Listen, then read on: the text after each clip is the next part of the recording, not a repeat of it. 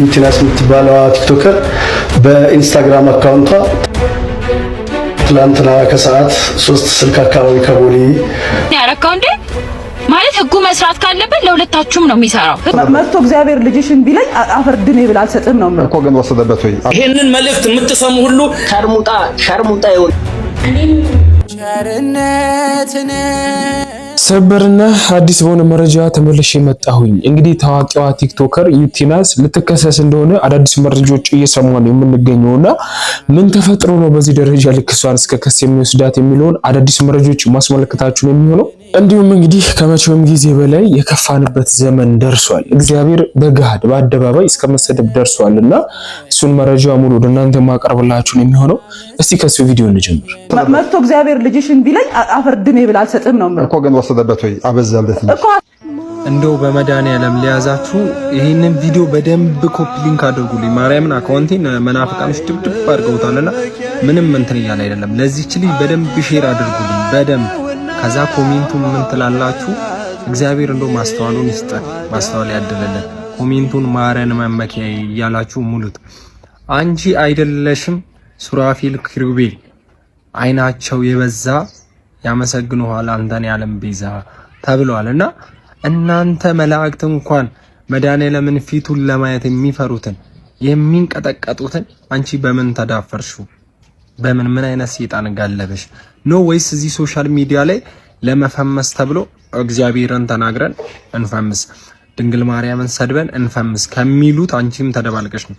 ምን አሳዘነኝ ደግሞ ክር አንገትሽ ላይ አድርገሻል። እሱ ብቻ አይደለም እንዲም ብለሻል። እግዚአብሔር ደበረውና ተነስቶ አንቺን የፈጠረሽ አምላክ። እኔ ምን ይገርመኛል፣ እግዚአብሔር ዓለምን ከፈጠረበት ይልቅ የሚገርመኝ የሚያስደምመኝ እኛን የቻለበት እና ማስተዋሉን ያደለልን። ኮሜንቱን እስኪ ማረኝ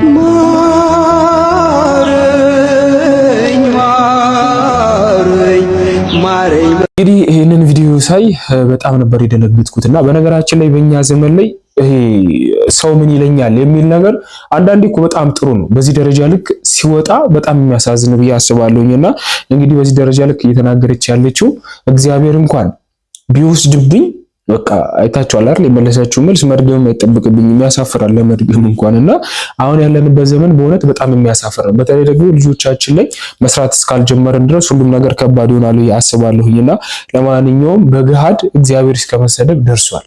ይህንን መረጃ እንዴት ተመለከታችሁት? ሐሳባችሁን ኮሜንት ላይ አስቀምጡልኝ።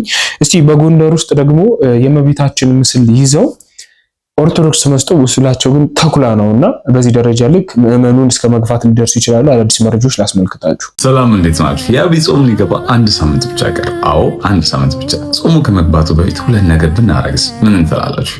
ንስሐ ብንገባና ስጋ ደግሞ ብንቀበል። ያስፈራላ ስጋ ደግሞ ሲባል ግን በርካቶቻችን እንደምንፈራው አይደለም። ወጣቶች ስጋ ደግሞ ላለመቀበልና ንስሐ ላለመግባት በርካታ ምክንያቶችን እናቀርባለን። እኔም አንዱ ነበርኩኝ። ከዚህ ማለት ወጣት ነኝ፣ ገና ጊዜ ያለኝ፣ እድሜ ወደ ማስተማምሻው እድሜ ሲገፋ ንስሐ ገባለሁ፣ ስጋ ደግሞ እቀበላለሁ እል ነበር። ሌላስ ምን እል ነበር? ሌላ ደግሞ መልሼ በበደልስ፣ መልሼ ኃጢአት ብሰራስ፣ መልሼ ባስቀይምስ እል ነበር። ሌላስ ምን እል ነበር? ኧረ እኔ ንጹህ አይደለሁ፣ ቆሽሻለሁ፣ አድፌያለሁ፣ ስጋ ደግሞ እኔ ልቀበል እል ነበር። ሌላስ ቀኑን ከመፍራት እንዲህ የኔ ኃጢአት ከሰሙ በኋላ አባ የሚሰጡኝ ቀኑን ብዛት ቀኑን ከመፍራት እል ነበር። እነዚህን ምክንያቶች አቀርብ ነበር። እናንተም ትጋሩኛላችሁ ብዬ አስባለሁ። ግን በርካታ ነገር ከወሰድኩ በኋላ ተቀየረ። ወጣት ላይ ለምነው መቼ ነው? ነገ ይሁን ዛሬ ይሁን ሞቴን አላውቀውም። ሞቴን አዝዬ ነው የምንቀሳቀሰው። ታዲያ በጉብዝና ወራት ፈጣሪን አስባ የሚል ቃሉ አሁን ካላሰብኩት መች አስበዋለሁ? በበድልስ ኃጢአት ብሰራስ ለሚለው ደግሞ እኔ ክርስቲያን ኦርቶዶክስ ነኝ። መውደቅን ሳይሆን የምፈራው ወድቆ መቅረትን ነው የምፈራው። ስለዚህ በወድቅም እነሳለሁ። ቅዱስ ቁርባን አዎ ንጹህ የተከበረ ነው። ግን ማን ተገብቶ እንውሰድ ቢባል እናታችን ቅድስት ድንግል ማርያም ብቻ ነበረች ተገብታ የምትወስደው። ማናችን ንጹህ አለንና። ስለዚህ እኔ ደካማ ነኝ፣ እኔ በሽተኛ፣ ኃጢአት ነፍሴን አዝሏታል፣ ደክሜያለሁ፣ ቆሽሻለሁ። ቅዱስ ቁርባኑ ደግሞ ማጠቤ መድኃኒቴ ነው። ከኔ በላይ ታዲያ ማን ያስፈልገዋል? ሌላው እንደነገርኳችሁ ንጹህ አይደለሁም በደኛ ብዬ ሳስብ ክርስቶስም እንዳሉ እሱ የመጣው ለኛ ለበሽተኞች እንጂ ለጤነኞቹ አይደለም። ከሱ በላይ መድኃኒት የት አለ? ስለዚህ ታመሜ ስለነበር መድኃኒቴን ወሰድኩ። ስለዚህ የታመመች ነፍስ ይህን ቪዲዮ ምሰሚ ቅዱስ ቁርባን መድኃኒትሽ ውሰጂ። ሌላው ነገር እንደነገርኳችሁ ሰላም፣ በረከት፣ መትረፍረፍ ታገኛለች። ዘላለም ከእናንተ ጋር ተጣብቆ ያስቸግራችሁ ኃጢአት አለ አለላቀቃችኋል። በእመቤቴ ማርያም ስም እነግራችኋለሁ እውነት መድኃኒት ቅዱስ ቁርባን ክርስቶስን ትገላገሉታላችሁ ከኖርኩበት። ሌላው እንደነገርኳችሁ ጾማችሁ፣ ጸሎታችሁ፣ አረማመዳችሁ፣ ሐሳባችሁ ከእግዚአብሔር ከሄዳል መንገዳችሁ ይሄዳል። ስለዚህ ይህን ጾም ብችሉ ንስሐ ገብታችሁ ስጋ ደሙን ተቀበሉ። ብችሉ ሲሆን አርግቡት። የተዘጋጃችሁ ወደ ዘመኑ መንገድ ያላችሁ ንስሐ የገባችሁ ስጋ ደሙን ለመቀበል እየተዘጋጃላችሁ ልንቀበል ነው ብላችሁ ኮሜንት ላይ ጻፉልኝ። የተቀበላችሁም ተቀብለናል ባሉ ጥያቄ ያላችሁ ደግሞ ጥያቄ ጠይቁን። እኔም ባልሆን ከኔ በላይ የሆኑ ወንድሞች አሉ፣ እነሱ ይመልሳሉ። መልካም ጾም ይሁን። ስጋ ደሙን ተቀብለን እግዚአብሔርን እያስብን እያከበርን እያመሰገንን እየጸለይን የምንጨርሰው ጾም ይሁን። የበረከት ጾም ይሁን። መልካም ጾም። ወዳችኋለሁ። አምላካችን ትራክት አይታችኋታል። ቅድስት ማርያም የኢየሱስ እናት የምትለዋ ስዕሏ ፊት ለፊት አለና በተለይ ደግሞ በጎንደር ላይ በጎጃም ላይ በእንደዚህ አይነት አካባቢ ሰሜን አካባቢ ላይ ወንጌል በምንመሰክርበት ጊዜ በጣም መጠቀም ያለብንና ሰዎች የሚቀበሉት ደግሞ የማይቀዱት ትራክት ቢኖር እቺኛዋ ትራክት ናትና እቺ ትራክት ፊት ለፊቷን ካያችኋት የቅድስት ማርያም ፎቶ ያለበት ነው። ግን ሙሉ በሙሉ ውስጡ የሚያወራው ስለ ጌታችን ስለ ኢየሱስ ክርስቶስ ነውና ከተመለከታችሁት ወደ ሰሜኑ ክልል ስትሄዱ የቅድስት ድንግል ማርያም ስዕል ያለበት በራሪ ወረቀት አዘጋጅታችሁ ሂዱ። ምክንያቱም የክርስቲያን ጽሑፍ ነው ብለው ሲቀበሉ እናንተ በውስጥ የራሳችሁን ሐሳብ ታስተላልፋላችሁ። ስለዚህ ይሄኛው መንገድ የተመረጠ ነው የሚል ምክርን ለወንድሞቹ እየለገሰ ነው ፕሮቴስታንት ወንድማቸው። ይሄ ማስመሰል፣ መዋሸት፣ ይሄ ትልቅ ስህተትና አስመሳይነት ነው። የሰውን ነገር መስሎ መሄድ ምን ማለት ነው?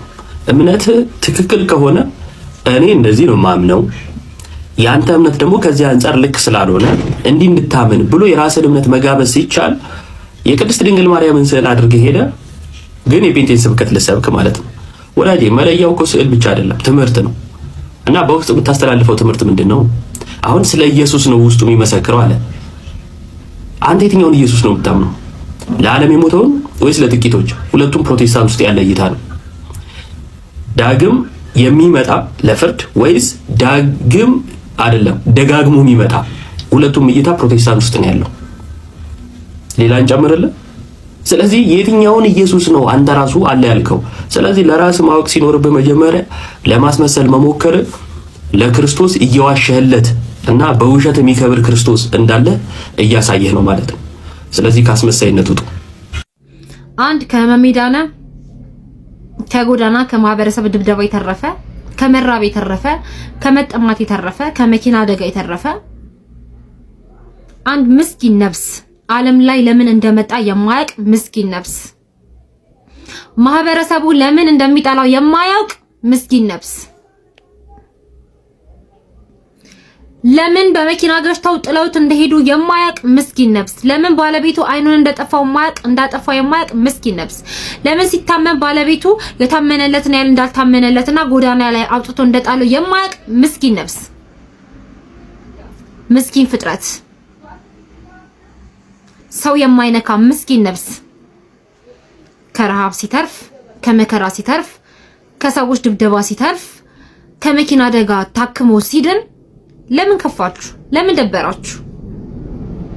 በምንስ ምክንያት ነው አንድ ድርጅት አንድ የእንስሳ ሐኪም ፖሊሶች አስከትሎ መጥቶ የእንስሳ መጠለያ ውስጥ 129 ውሾችን መግደል የቻለው? አንድ የእንስሳ ሐኪም በምን ምክንያት ነው? ግብርናዎች መልስ እንድትሰጡን እንፈልጋለን። ይሄንን ሰውዬ ማን ነው የላከው? ማን ነው በመጠለያ ውስጥ ያሉ 129 ውሾችን ከተኙበት ከቤታቸው ከዛ ከግርግሩ ከዛ ከክፋት ዓለም ከዚህ ከሚፈሩት ከዚህ ሰቀቁበት ከነበረው ቦታ በሰላም መተው ተጠብቀው በሰላም ተኝተውበት ከነበረበት ቦታ ላይ በመርዝ ተሰቃይተው እንዲሞቱ እነዚህ ሰዎች የላካቸው ማን ነው? ስም መጥራት አያስፈልግም። ጉዳዩ በህግ ስለሚያዝ ህግ ቦታ ከዚህ ሐኪም ጋር እንገናኛለን። ግን ለምን እዚህ ሀገር ላይ ሰው ውሻ እየደበደበ ውሻው ተነስቶ ሲነክሰው ጥፋተኛ ውሻ፣ ባለቤቱ አውጥቶ ሲጥለው ጎዳና ላይ ለመገኘቱ ጥፋተኛው ውሻው፣ ድንጋይ ወርውሮበት ሲያባረራቸው የወረወሩት ሳይሆኑ ጥፋተኛው ውሻው፣ ሰዎች ዱር ውስጥ ገብተው አግኝተው ለገደሉት እንስሳ ዱር ውስጥ በመገኘቱ ጥፋተኛው እንስሳው። መቼ ነው ጥፋተኛ ሰው የሚሆነው? መቼ ነው ሰው ለሚገባው ለእንስሳትን ላሰቃየበት ለሚገባው ቅጣት መቼ ነው የሚገባው ቅጣት የሰው ልጅ የሚያገኘው? መቼ ነው በሰው ልጅ ጥፋት እንስሳዎች እየተሰቃዩ የሚኖሩት? የእንስሳት ሐኪሞች አብዛኞቻችሁ በዚህ ልክ ልበ ደንዳና ጨካኝ ክፉ አረመኔ ሆናችሁት ለምንድን ነው የእንስሳት ሕክምና ትምህርት መርጣችሁ የተማራችሁት? ለምን እንደዚህ አይነት ምግባር ላይ ተሳተፋችሁ ሰዎች ለምን? ለመግደል እኮ መሃይም የተባለ ሰውዬ መግደል ይችላል። እናንተ የተማራችሁት ለማዳን ነው። እናንተ የተማራችሁት ለሰዎች መብት ለመቆም ነው እስከሚገባኝ። ፕሮፌሽናችሁ የት አለ? የሙያ ስነ ምግባራችሁ የት አለ?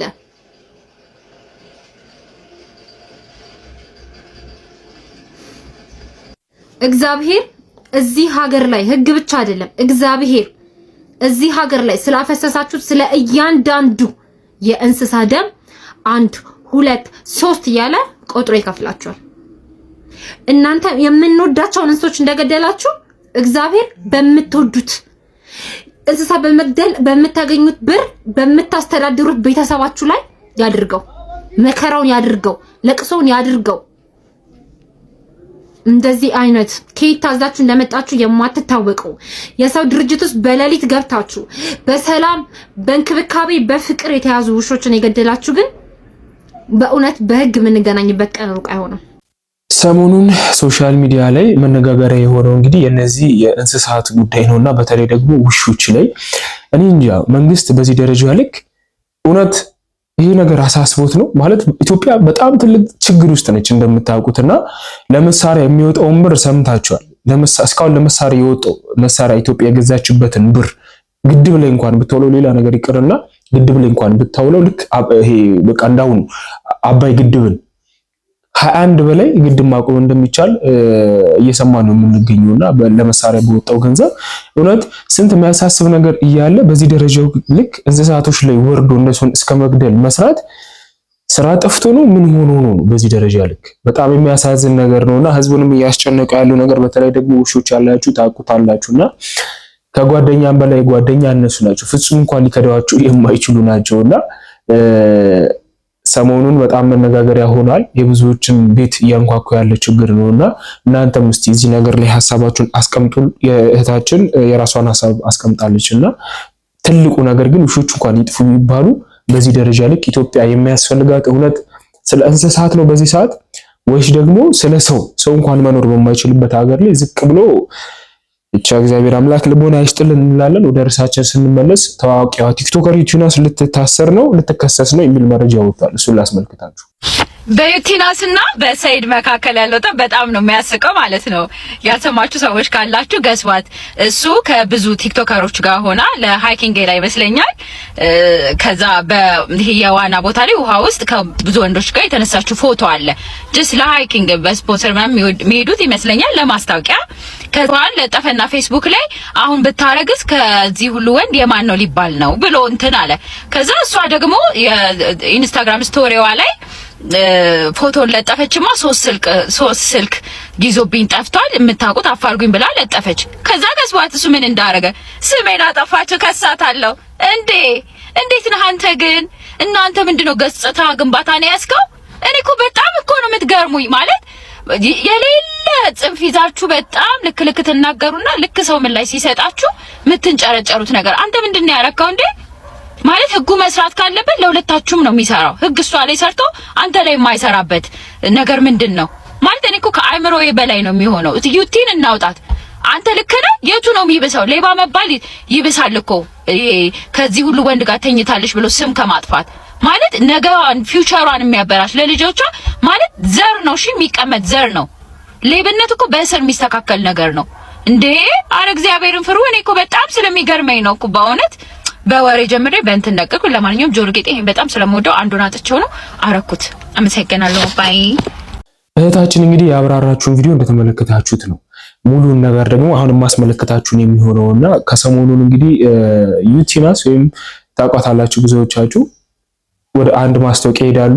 ማስታወቂያ ለመስራት ላይ ሃይኪንግ ምናምን ነው ለመዝናናት ነገር ነውና ከወንዶች ጋር ብዙ ጊዜ ያን የምታሳልፈው እንደምታውቁት የሷን ክብሯን የሚነጋ ንግግር አንድ ወጣት በፌስቡክ ላይ አጋርቶ ነበረ። እሷም ደግሞ በቀል በሚመስል ደረጃ ልክ ስልካችንን ይዞ ጠፍቷል ብላ ኢንስታግራም ላይ ፖስታ ነበርና እሱንም አስመልክቶ እንግዲህ እከሳለሁ እስከማለት ነው እሱ እየደረሰ ያለውና እውነት ይሄ ግለሰቡ ራሱ ጤነኛ ነው አይደለም የሚለው በጣም የሚያከራክር ነው።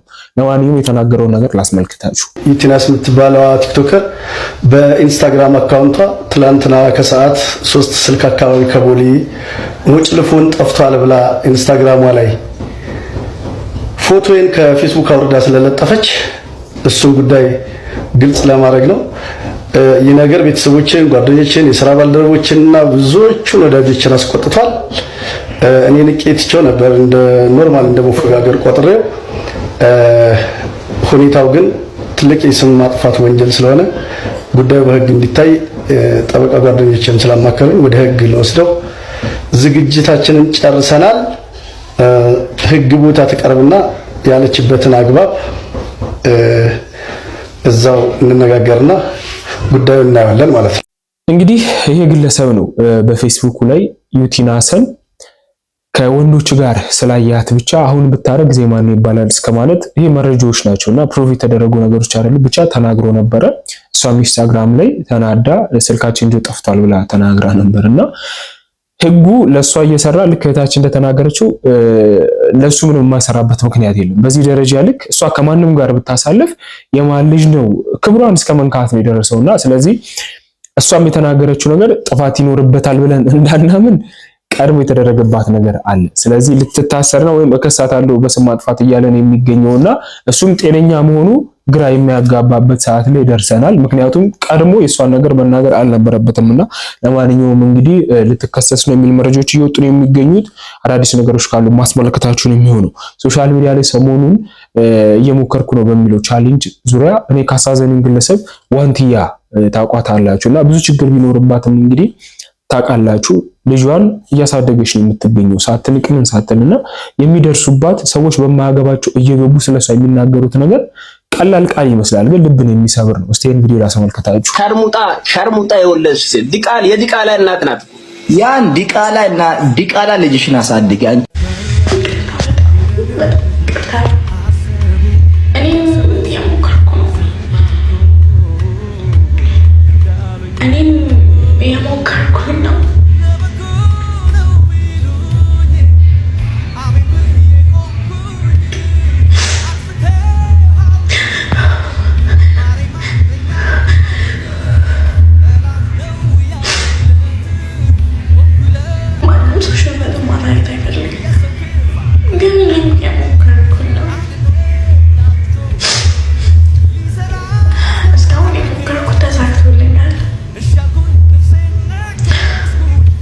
ለምን ተሰደብኩ አይደለም፣ በጣም ተሰድቤያለሁ። ሶሻል ሚዲያ ላይ ስመጣ መጀመሪያ ግን የተሰማኝና አብሬያችሁ ማልቀስ የፈለኩት እነግራችሁ እኔንም እንድትረዱ እንድትሰሙኝ የፈለኩት እንዴት ልጄን ይሰማታል እኮ እንዴት ያሳደግኳት እንዳለ እኔ ነኝ የማውቀው። እየሞከርኩኝ ነው የኔን ደስታ እያጨለምኩኝ ሰውን ለማስደሰት እየሞከርኩ ነው። ለራሴ ሳልሆን ለሰው እየሆንኩኝ እየሞከርኩኝ ነው። የኔ ህዝብ ማን ያያል? የኔ በሜካፕ እና በልብስ መሸፈን ነው ልቦና ይስጣችሁ። እንደዚህ ያላችሁት ሰዎች አይኑ አውቃለሁ፣ እናንተ የትም አታውቁኝም፣ እኔም የትም አላውቃችሁ። ወይም ደግሞ ለራሷ መናገርም ለራሷ መቆምም አችልም ብላችሁ ሊሆን ይችላል ይሄንን ነገር እያላችሁ ልጄ ነው የምትሳደቧት። ልጄ ደግሞ ገና ጨቅላ 4 ዓመት ምንም ማታውቅ እንደዚህ ትክክል ምንም ማታውቅ አባቷም እናቷም እህቷም አያቷም ሁሉንም ነገር ነው። እንግዲህ የተዋወቅናት በኢቢኤስ ላይ ነው ብዙዎቻችሁ እንደምታውቁት። ከዛ በኋላ በቲክቶክ መጣች። ብዙ ህዝብ የማይወደውን ነገር አድርጋለች። ያም ሆኖ ግን ጥፋት ስታጠፋም መምከር እንዲሁም ደግሞ እሷ ላይ በዚህ ደረጃ ልክ የምታሳልፉ ሰዎች እንጃ ዞር ብላችሁ የራሳችሁን ህይወት ብትመለከቱት በጣም ረብሻ የሞላበት እንደሆነ እኔ በሙሉ ልቤ አምናለሁኝና እሷን ግን እስከ ልጇ እንጃ ልጅቷ እንኳን ምንም ባላጠፋችሁ ምንም ኃጢአት በሌለባት ነገር እስከ መሳደብ ደርሰዋልና ያሳለፈችው ህይወት ከባድ አይደለም። ሰው ላይ እንደመፍረድ ደግሞ በጣም ቀላል ነገር የለም። ምክንያቱም ማናቀው ነገር ነውና ሰው ላይ ባካችሁ አትፍረዱ። በመጨረሻ መምህራችን ምህረተአብ ለተጨነቃችሁ ሰዎች በሙሉ አንድ የሚያረጋጋ ቃል አለው። እሱን እናድምጠው። ይሄንን መልእክት የምትሰሙ ሁሉ መልእክቱን ከሰማችሁ በኋላ እንደ ትናንቱ አይደላችሁም፣ ትለወጣላችሁ። እንደ አሁን አይደላችሁም። በኋላ ላይ ብዙ ሰው ይጨነቃል፣ ያለቅሳል። በግል ስልክ የሚደውሉልኝ ኢንቦክስ የሚያደርጉ አሉ። የነጋው አልመሻለ፣ የመሻው አልነጋለ፣ ሰላም ራቀኝ፣ ውስጥ የተጨነቀ እንጃ ዛሬ ቀኑም ይመሻል መሰለኝም፣ የምወጣው መድኃኒት ሆኖ እንዲያድነኝ፣ ሰላሜ እንዲመለስ፣ እንባዬ እንዲታበስ፣ ለልጆቼ እንኳን መሆን መቆም እንድችል፣ እንኳን ማስቀደስ፣ እንኳን ቤተክርስቲያን መመላለስ ውስጤ በተለያዩ ነገሮች ተጨንቆ ዝሎብኛልና ለዚህ መፍትሄው ምንድነው የሚሉ በርካታ የሚጨነቁ ሰዎች አሉ። ራሳቸውን የሚያጠፉ ወጣቶች ዛሬ ቁጥራቸው በጣም ብዙ ነው። የሚበሉት ሳያጡ የሚጠጡት ሳያጡ ዝም ብለው ይጨነቃሉ። ይጨነቃል ሰው። ዓለም ግን ከንቱ ናት። እኛ ኖርንም አልኖርንም ህይወት ትቀጥላለች። ትልቁ ነገር በዚህ ዓለም ላይ ክርስቲያኖች ክርስቶስ ኢየሱስ የነገረን የምድር አበቦችን ተመልከቱ ነው ያለው። አይዘሩም አያጭዱም፣ የሰማይ አበቦችን ተመልከቱ። አይዘሩም አያጭዱም፣ ጎተራም የላቸውም፣ የሰማይ አባታቸው ግን ይመግባቸዋል። እናንተ ከወፎች ትበልጣላችሁ ነው። ወፎች አይዘሩም አይጨነቁም ተባለ እንጂ አይበሩም አይሰሩም ግን አልተባለም። የምድር አበቦችን ተመልከቱ ይላል። አጊጠዋል አለ። ጠቢቡ ሰሎሞን እንኳን በዛ ሁሉ ክብሩ ከእነዚህ እንዳንዱ አላጌጠም አለ። እናንተ ከምድር አበቦች አትበልጡም ወይ አለ። እውነት ነው፣ እኛ ከምድር አበቦች እንበልጣለን። በአርአያውና በአምሳሉ የፈጠረን እውነት ነው። እኛ ከሰማይ አዕዋፍ እንበልጣለን። በአርአያውና በአምሳሉ የፈጠረን እፍ ያለብንን በምድር ያለን ሕያው የእግዚአብሔር ፎቶግራፍ ነን። እግዚአብሔር ያስቀመጠን የሱ መልኮች ነን። ስለዚህ ሕያው በምድር ላይ ያለ የእግዚአብሔር ፎቶግራፍ የሆነ ሰው ሊጨነቅ አይገባም። እኛ ስለተጨነቅን ጥቁሯን ጸጉር ነጭ፣ ነጯን ጸጉር ጥቁር ማድረግ አንችልም። በአግባቡ የምንችለውን እንሰራለን። እኛን ቢያቅተን እግዚአብሔርን አያቅተውም። በቅድሚያ የምንጨነቅበት ነገር አለ ወይ? ያ የተጨነቅንበት ነገር ምንድነው? ያ የተጨነቅንበት ነገር የማይፈታ ነው ወይ? በወንድሞች በእህቶች በተለያዩ መንፈሳዊ አባቶች አይፈታም ወይ? ከኛ ከሰዎች አቅም በላይ ሆኖ ቢገኝ እግዚአብሔርን ያቅተዋል ወይ? እግዚአብሔርን የሚሳነው ምንም ነገር የለምና ለእግዚአብሔር እንዴት እንንገረው የሚለውን ነው ማወቅ ያለብን። መምህራችን ቃለ ሕይወት ያሰማልን፣ ልብን የሚያሳርፍ መልእክት ነው ያስተላለፉልንና መምህራችን በሶሻል ሚዲያ ላይ በደንብ ጠፍተዋል። ተመልሰው ወደ ሀገራቸው ደግሞ ያ መልካም የሆነ አገልግሎታቸውን እንደሚቀጥሉ ተስፋ አደርጋለሁ። ለዛሬ ዘጋጀሁላችሁ መረጃ ይመስላል። ቀጣይ በአዲስ ቪዲዮ እስካገኛችሁ ቸር እንቆይ።